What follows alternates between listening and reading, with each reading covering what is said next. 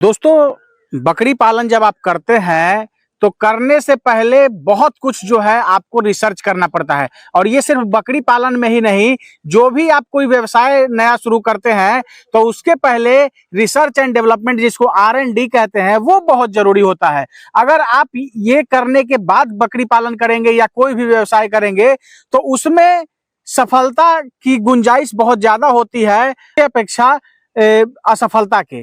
तो आज कंप्लीट जानकारी बकरी पालन के ऊपर रहने वाले और काफी शानदार जानकारी आप सभी को मिलेगी। इस वीडियो के माध्यम से आपको जानकारी मिलेगी कि जो आज सबसे ज्यादा बर्डन अगर लाइव स्टॉक के बिजनेस में होता है फीडिंग कॉस्ट पे, तो उसको कैसे कम करेंगे इस वीडियो के माध्यम से जानेंगे। और साथ ही चराई पर की बकरियां या करे जो स्टॉल फीड पे जानवर रहते हैं उसमें क्या अंतर होता है, अभी आपको इस वीडियो के माध्यम से पता चलेगा। तो वीडियो काफी इंफॉर्मेटिव होने वाली है और इस वीडियो में हम एक एक्सपर्ट से बात करेंगे जिनके पास बकरी पालन का लगभग 8 वर्षों का अनुभव है। तो आज उनके अनुभव के आधार पे बहुत कुछ हम जानकारी उनसे लेने की कोशिश करेंगे, ताकि हमारे वैसे भाई जो आने वाले समय में बकरी पालन करने की सोच रहे हैं या जो हाल फिलहाल में जो बकरी पालन करके और उनको लग रहा है कि फंसा हुआ महसूस कर रहे हैं, तो उन सब के लिए वीडियो काफी इंफॉर्मेटिव होने वाली है। तो आइए दोस्तों, देर न करते हुए वीडियो शुरू करते हैं। वीडियो शुरू करने से पहले एक रिक्वेस्ट है, अगर आप फेसबुक या इंस्टा पे देख रहे हैं तो पेज को फॉलो कर लें, अगर यूट्यूब चैनल पे देख रहे हैं तो चैनल को सब्सक्राइब कर लें।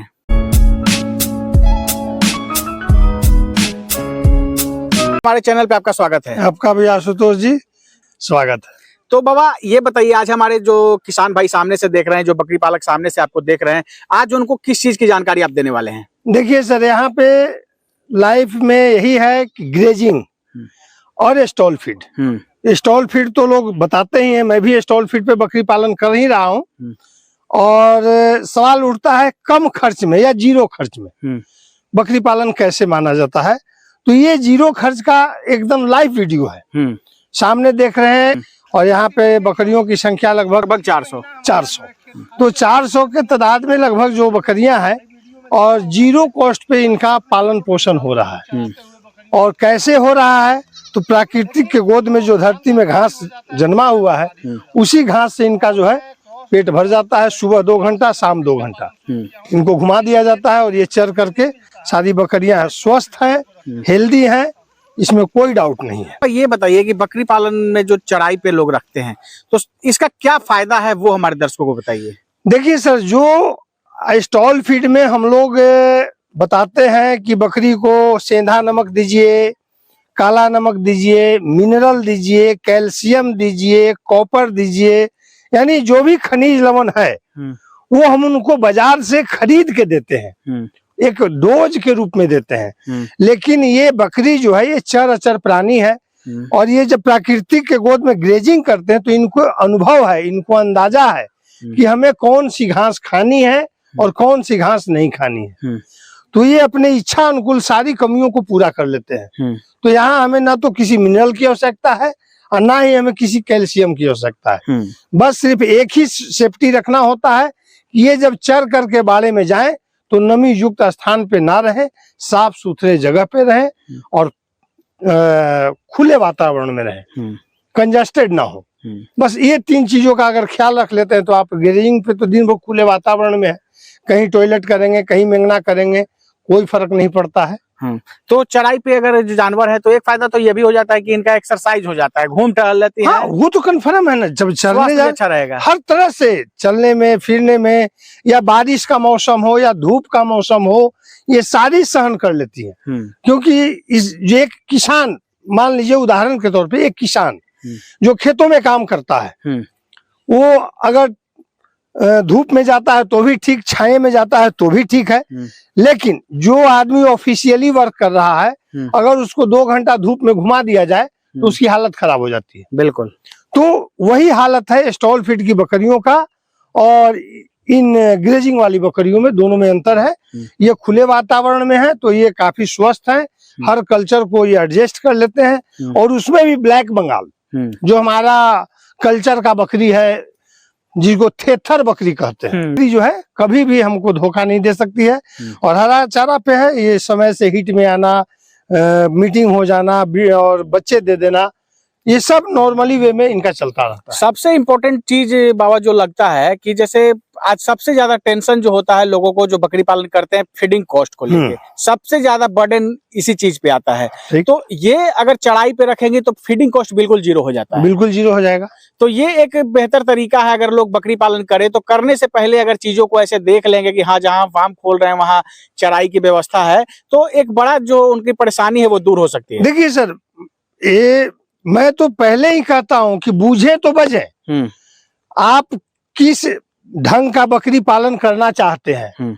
बकरी पालन तो यूट्यूब में आपने देख ही लिया, तो कैसा जगह हो कैसा नहीं जगह हो। कई आदमी, मान लीजिए हम आज सारण जिला में खड़े होकर के इस वीडियो को हम शूट कर रहे हैं, दिखला रहे हैं, लेकिन जो दूर दराज के हैं आदमी, उड़ीसा के हैं, बंगाल के हैं, राजस्थान के हैं, जो ऐसे क्लाइमेट में आकर के आंखों देखा हाल नहीं देख सकते हैं। बिल्कुल। तो नहीं देख सकते हैं, तो उनको व्यवस्था जानने और समझने की जरूरत है। और वो तभी होगा जब वो कहीं अनुभव प्राप्त करेंगे। तो घूम फिर करके बात आती है अनुभव की। तो पहले बूझिए। अगर आप समझ लेते हैं, इस चीज को जानकारी कर लेते हैं, ग्रेजिंग की बकरियों का जगह कितना होना चाहिए, मेरी कैपेसिटी कितनी होनी चाहिए, कितने बकरियों का पालन करेंगे तो हमें साल में कितने। अब लोग कहते हैं कि जी हमको 20 से शुरू करना है, और बिना ट्रेनिंग के, बिना समझ बूझ के 20 बकरी का शेड बना देते हैं, और 6 महीना में उनके पास 20 से 40 हो जाता है। बिल्कुल। और साल लगते लगते 40 से 60 हो जाता है। अब उनको लगता है कि बकरी कंजस्टेड हो गया, अब कोई जो है अमोनिया गैस से परेशान है, कोई डायरिया से परेशान है, कोई डिसेंट्री से परेशान है। तो जगह तो उन्होंने 20 का बनाया था, अब हो गया 60। बिल्कुल। तो ये सब चीज का अनुभव पहले प्राप्त करें। बकरियां बीमार है तो कैसे बीमार हो रही है, बीमार होने से पहले क्या सावधानी करें, बीमार होने के बाद क्या इलाज करें। बार बार डॉक्टर बुलाते हैं, बार बार इलाज करवाते हैं, पैसा खर्च करते हैं, तबाही, उनकी जेब तो ढीली हो जाती है। बिल्कुल। तो जेब ढीली हो जाती है तो कहते हैं कि बकरी पालन तो बहुत खराब चीज है। तो पहले आप इस चीज को जानकारी लीजिए, जो आपको जहां सुविधा लगे, जहां अच्छा लगे, उसको समझिए, बूझिए, और तब आप इस लाइफ स्टॉक के बिजनेस में आइए। जी। अब एक चीज सबसे अगर पूछा जाए आपसे कि जैसे जो स्टॉल फीड पे जानवर रहते हैं और जो चढ़ाई पे रहते हैं, अगर सीधे सीधे भाषा में पूछा जाए क्या अंतर है दोनों में, तो क्या बताना चाहेंगे?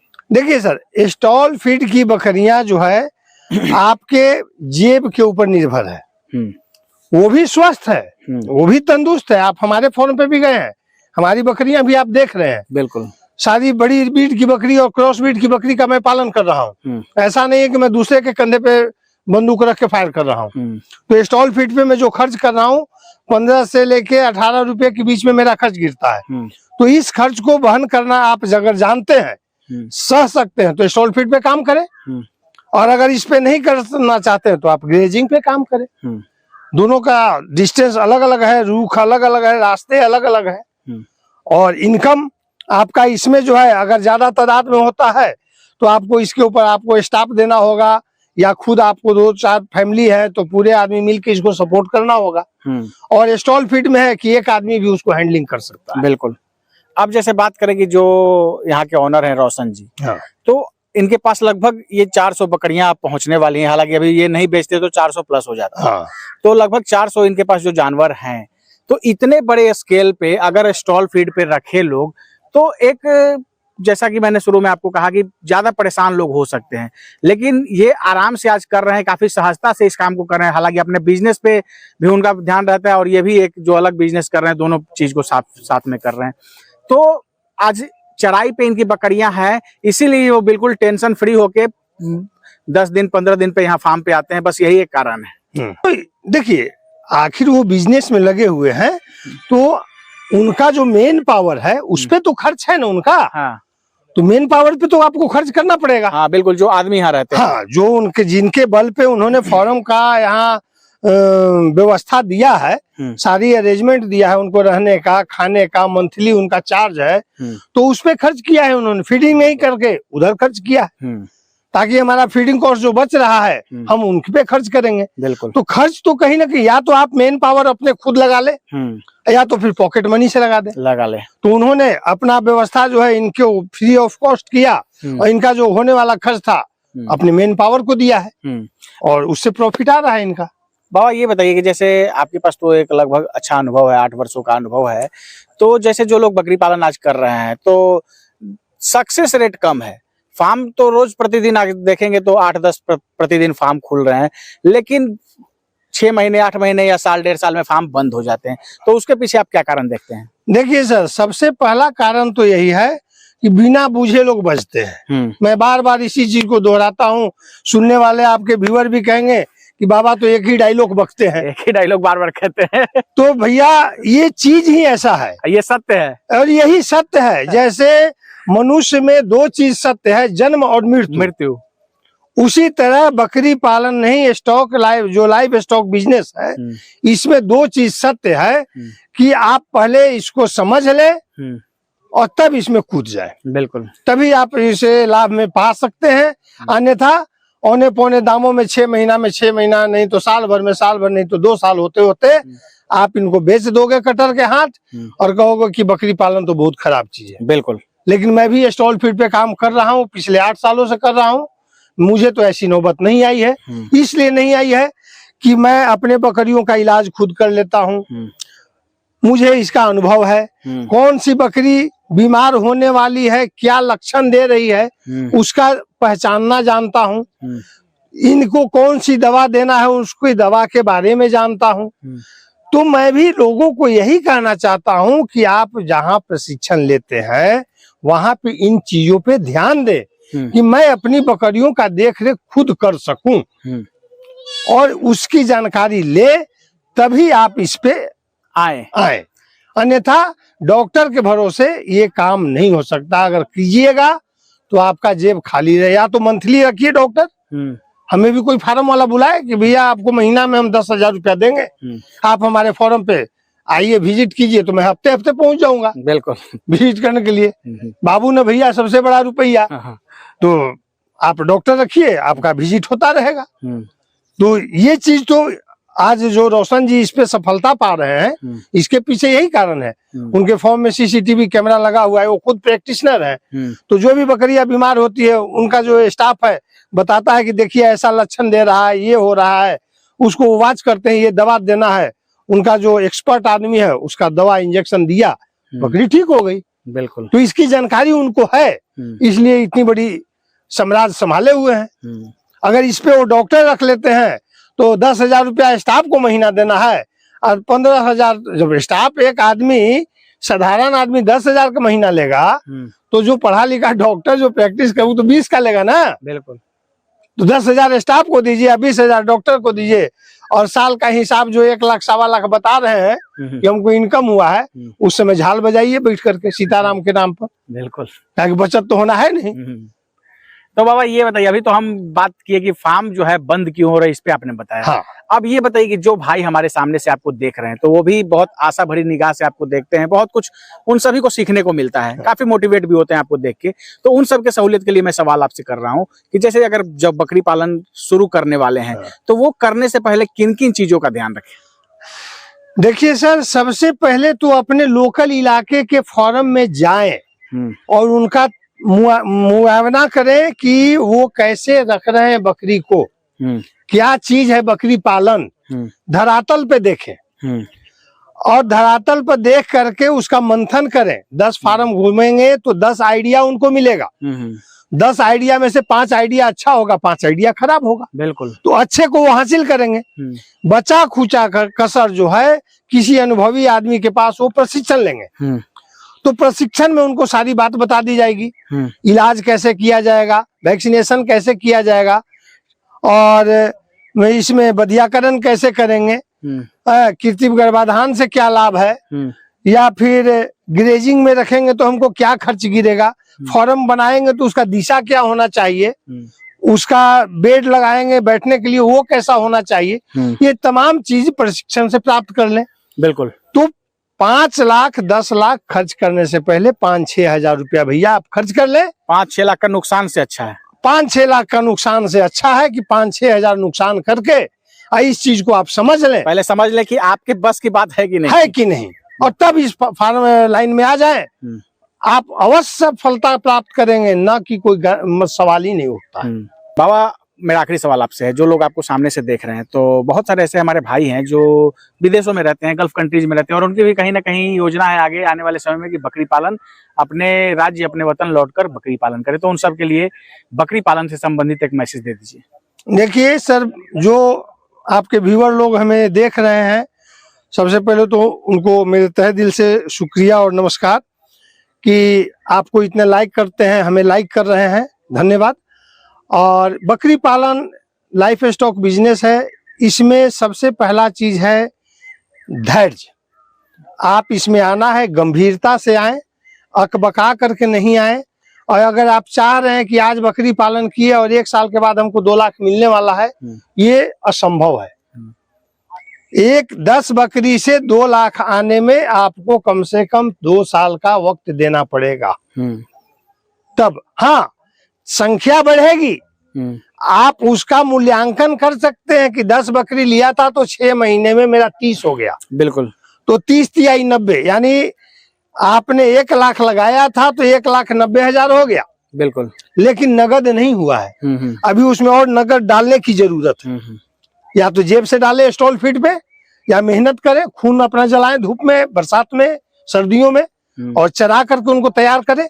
और जब 2 साल हो जाएगा तो यही 10 की संख्या आपके पास 100 हो जाएगी, 80 हो जाएगी, और तब उनको आप सिलसिलेवार बेचे और अपना मुनाफा हासिल करें जी।